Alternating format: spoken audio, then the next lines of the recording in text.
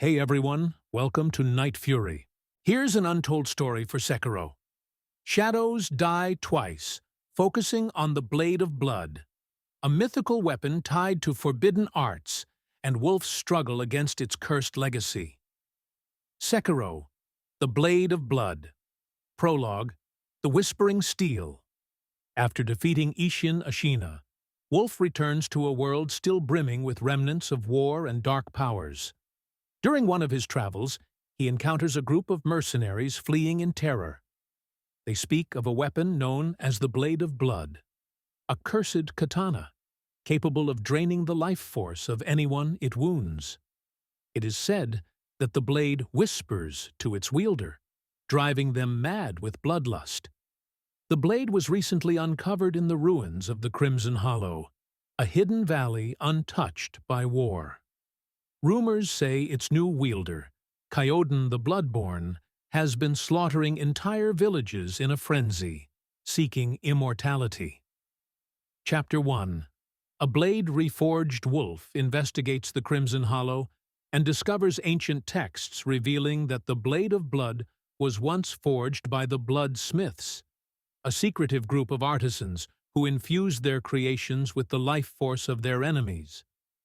The blade's power was enhanced through rituals involving blood sacrifices, tying its strength to the wielder's rage and desperation.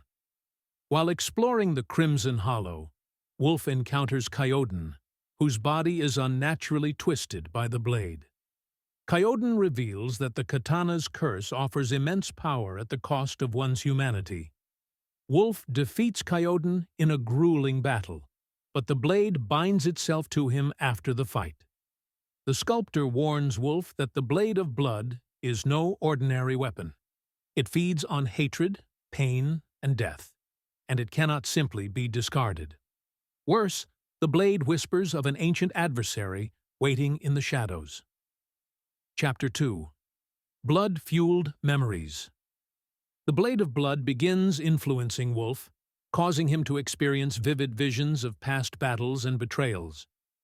These memories reveal the origin of the blade's curse. It was created to seal away a being called the Red Oni, a demon who thrived on war and bloodshed. Wolf learns that the Red Oni's spirit still lingers in the ruins of Kinsuro Keep, a fortress that was annihilated in the distant past.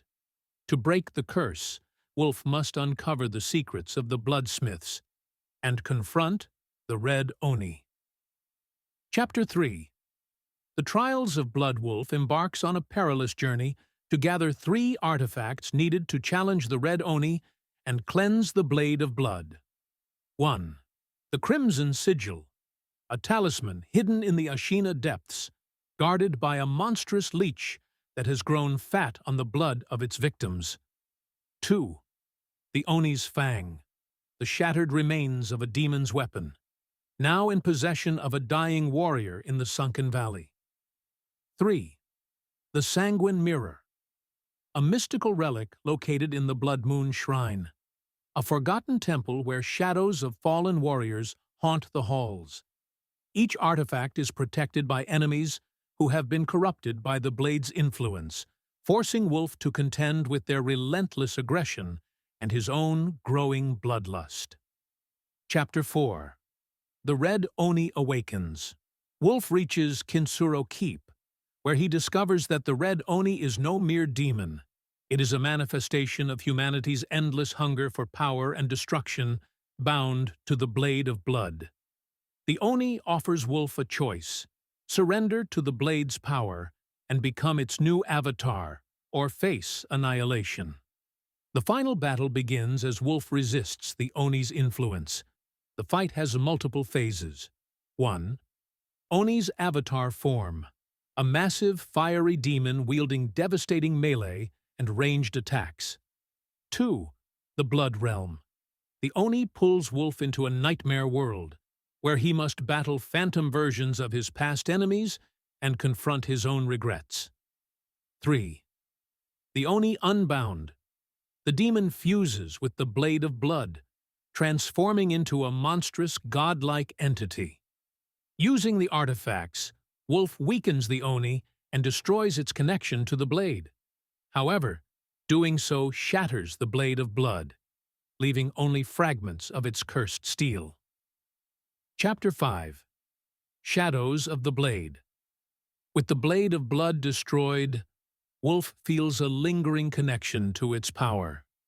The fragments occasionally whisper to him, tempting him with visions of unstoppable strength. Despite the curse's influence, Wolf vows to use the lessons he has learned to protect the innocent and prevent similar atrocities. The sculptor warns that while the blade of blood is no more, its influence may have seeped into the land itself, ensuring that war and bloodshed will always linger. Epilogue. The Crimson Legacy. In the end, Wolf buries the fragments of the blade of blood in a secret location, vowing to guard the knowledge of its existence. However, in the shadows, a figure with glowing red eyes watches silently, hinting that the legacy of the bloodsmiths and the Oni may not be entirely extinguished.